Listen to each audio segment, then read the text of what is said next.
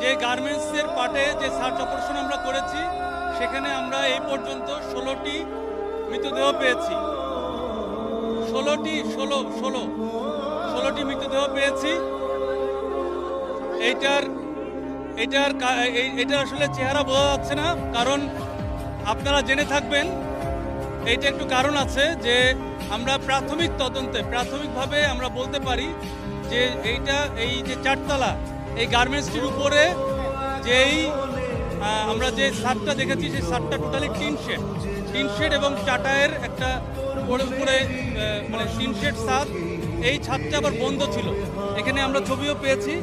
এই ছাদে যে উপরে যে গ্রিলের একটা দরজা ছিল, 2টা তালা মারা ছিল। এটা এখনো তালা মারাই রয়েছে। এই কারণে উপরের দিকে আপনার যেতে পারে নাই। এবং নিচের দিকে আপনারা জেনে থাকবেন যে পরিমাণ কেমিক্যালের যে বিস্ফোরণটা হয়েছে প্রথম দিকে, সেটার হ্রাস করে যেই আপনার টক্সিক যে গ্যাসটা, মানে সাদা যে ধোঁয়াটা অত্যন্ত টক্সিক, এটা ইনহেল করার কারণে আকস্মিকভাবেই হয়তো এতজন, আমাদের মনে হয় যে এটা ওনারা সেন্সলেস হয়ে মৃত্যুবরণ করেছেন। পরবর্তীতে তারা আর এসকেপ করতে পারেন নাই। এখানে এই 16 জন এই 16টা মৃতদেহ আমরা পেয়েছি। বিভিন্ন কর্নারে 2তলা 3তলা মিলে উপরে যেতে পারে নাই, নিচেও যেতে পারে নাই, যার কারণে একটা জায়গায় তারা হয়তো এই দুর্ঘটনায় পতিত হয়েছে। আমরা এই যে 16 জন মারা গিয়েছেন এই পরিবারের প্রতি বিধায়ী আত্মার আমরা দোয়া করছি। এবং এটার আহত এই পর্যন্ত মাত্র একজন আমাদের ভলেন্টিয়ার, আমাদের ফায়ার সার্ভিসের কেউ আহত হয় নাই। আমাদের এই পর্যন্ত বাছাইকৃত কাঁচামাল ও স্বয়ংক্রিয় ইউরোপিয়ান মেশিনে তৈরি হয় all time honeycomb, all time healthy life. 12টি ইউনিট কার্যক্রম করেছে, এখনো কার্যক্রম করছে।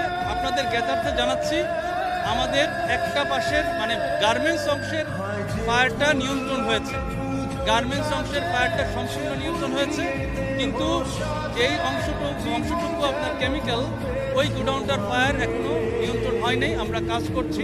আপনারা দেখেছেন যে আমাদের যে টেকনোলজি রয়েছে, লুপ 60, ড্রোন, আমাদের যে গ্রাউন্ড মনিটর, সব মানে যেটা হিউম্যান ছাড়া, মানে মানুষ ছাড়া যেসব টেকনোলজি দিয়ে আমরা ফায়ার ফাইটিং করছি, এটা এখনো চলমান রয়েছে।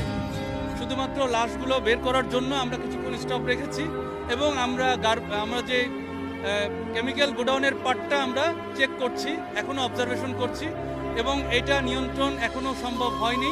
এটা নিয়ন্ত্রণ হতে হয়তো আরও সময় লাগবে। আমরা কাজ করে যাচ্ছি।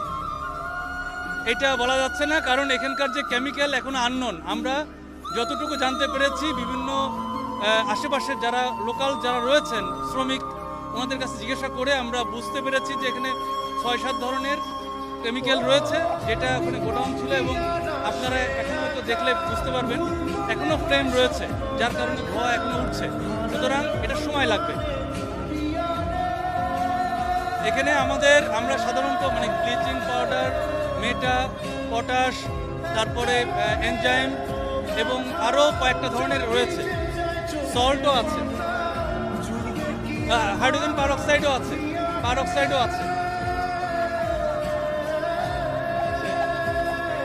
এটার নাম এখন পর্যন্ত আমরা পাইনি, এবং আশেপাশের লোকাল যারা আছেন তাদেরকে জিজ্ঞাসা করে এখন পর্যন্ত নাম পাইনি।